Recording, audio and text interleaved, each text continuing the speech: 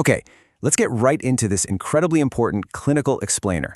Today, we're taking high-stakes medical standards, specifically the NMC guidelines, and translating them into a clear, totally actionable roadmap for treating burn patients. Burns are hands down one of the most severe forms of trauma the human body can endure. And as a clinician, your initial assessment, it literally dictates the entire trajectory of that patient's survival and recovery. So we're cutting through all the noise to give you exactly what you need to know to confidently elicit the history, document it, and perform a flawless physical exam.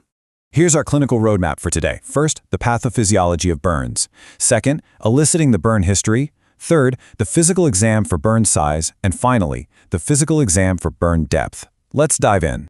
Starting right off with Section 1, Pathophysiology of Burn Injuries. We need to look at exactly why this is a massive multi-system injury. To treat a burn effectively, you first have to stop and ask yourself, what actually happens systemically when our skin's protective barrier is violently compromised? We rely on our skin for waterproofing, immune defense, thermoregulation, the whole shebang. When fire or chemicals destroy that, the local tissue damage is really just the beginning of a much larger, highly dangerous systemic chain reaction. The absolute crucial point here is that a major burn isn't just a skin injury. It triggers a massive inflammatory cascade. The heat alters proteins, stimulates pain fibers, and that releases neuropeptides, which kicks off this intense protease-driven cascade. What does that mean for the patient?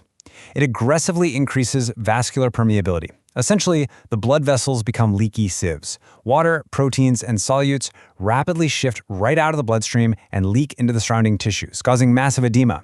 And here's the kicker. If this fluid loss happens over more than 15% of an adult's total body surface area, it can rapidly throw them into a lethal state of hypovolemic shock.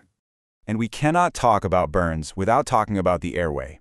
Facial and neck burns, these are an immediate, drop-everything threat. Beyond just the skin damage, inhaling hot gases and smoke severely damages the respiratory tract. Burns to the upper airway cause rapid laryngeal edema, which can completely close off a patient's airway in literally a matter of minutes. So when you see facial burns, soot in the mouth, or hear a history of the patient being trapped in an enclosed space, securing that airway is absolutely your priority number one. Furthermore, the actual physical properties of burned skin can threaten breathing. Full-thickness burns on the chest completely destroy normal collagen fibers. This creates a stiff, leathery layer we call an eschar. Now combine that with the underlying swelling, and you get a tight band that physically traps the rib cage. It acts as a mechanical block, essentially stopping the patient from expanding their lungs to take a breath. When this happens, an emergency surgical release of that tissue is required, right then and there. Okay, Section 2. Eliciting the burn history. This is a life-saving step where you really set the stage for your treatment plan. What's fascinating is how the mechanism of injury immediately helps you predict the depth of the burn before you've even touched the patient. Think about it. A scald from a spilled cup of tea? That'll likely be superficial in a healthy adult. But flame burns are almost always this nasty mix of deep dermal and full thickness. Chemical alkali burns, like from wet cement, are incredibly destructive because they keep eating through tissue. And high-voltage electrical contacts, they routinely cause deep, full-thickness tissue necrosis. The history tells you exactly what to expect. But gathering the history isn't just about clinical prediction. It is fundamentally about patient safety. You've kind of got to play detective here during the history-taking phase. You're keeping a razor-sharp eye out for inconsistencies. For example, if a caregiver tells you a child accidentally pulled a pot of boiling water onto themselves, but you're looking at a burn pattern with perfectly straight lines and absolutely zero splash marks, that inconsistent history should immediately trigger major concern. It just doesn't add up. Especially when we're dealing with vulnerable populations like young children or the elderly, these specific red flags should immediately trigger your safeguarding protocols. Are they brushing off a horrific injury? Are there unexplained bruises? Did they wait days to come to the hospital for a severe, agonizing burn? These are massive warning signs. Your medical assessment absolutely must include evaluating whether this was truly an accident.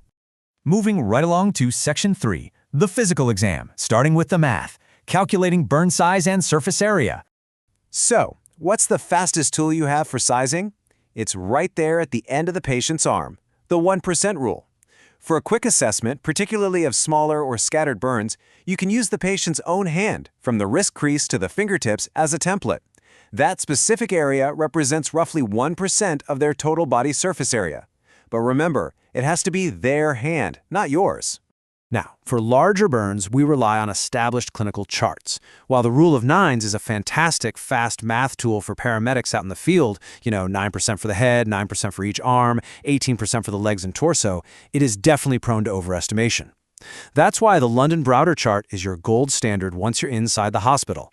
It accurately accounts for the changing body proportions of growing children, because obviously, a toddler's head makes up a way larger percentage of their body surface area than an adult's does. In a hospital setting, clinicians meticulously map out these boundaries directly on the patient's skin. You can clearly see the demarcated zones separating superficial from deep burns. Documenting this precisely on a London Browder chart is a game changer. It allows the entire burn team to track the wound's progression, plan for skin graft donor sites, and critically, calculate exact fluid requirements. It's literally your clinical blueprint. All right, Section 4. We have the size. Now we move to the physical exam for assessing burn depth and gauging tissue damage. To accurately assess depth, you must follow a structured, very tactile protocol. Step 1. Is the epidermis slipping right off the dermis when you apply lateral pressure? That's your Nikolsky sign. Next, what do the blisters look like? Are they thick or thin? Finally, and arguably most importantly, you must rigorously test the capillary refill by pressing on the tissue, and you have to test whether the patient can actually differentiate between a sharp needle and blunt pressure. Let's break this down visually. A superficial partial thickness burn goes no deeper than the papillary dermis. It's characterized by these thin-walled blisters. If you look underneath those blisters, the exposed dermis is going to be pink, very moist, and it'll have a brisk, healthy capillary return when you press on it. Now, these burns are exquisitely painful for the patient, but the good news is they typically heal on their own in about 2 weeks without leaving a scar. But there is a really stark visual contrast when we look at deeper injuries. A superficial burn is going to be pink and moist, but a deep partial thickness burn, which extends way down into the reticular dermis, is completely different. It's much drier, the color is more fixed, and it just won't blanch easily under your finger. Plus, because those deeper nerve endings are getting damaged by the heat, the patient's sensation here will actually be significantly reduced. So the absolutely crucial point here is this wild counterintuitive truth. As a burn gets deeper and more severe, it actually becomes less painful. The tissue turns from moist and pink to a hard, leathery texture. If you poke the burn with a needle and the patient feels absolutely no pain whatsoever, meaning the area is entirely anesthetic, that is a massive clinical red flag for a full-thickness injury where the entire dermis has been completely wiped out. Okay, so you have completed this comprehensive assessment, you've secured the airway, you've scrutinized the history like a detective, mapped out the surface area, and tactilely gauged the depth. But you can't just stop and take a breath. A critical physiological clock is loudly ticking in the background, driven entirely by that inflammatory shock reaction we discussed right at the start.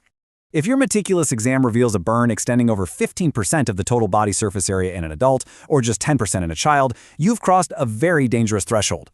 You must immediately initiate massive, mathematically calculated intravenous fluid resuscitation. Your goal is to aggressively replace the fluids that are literally leaking out of their vascular system. You have to maintain organ perfusion and stop lethal hypovolemic shock in its tracks.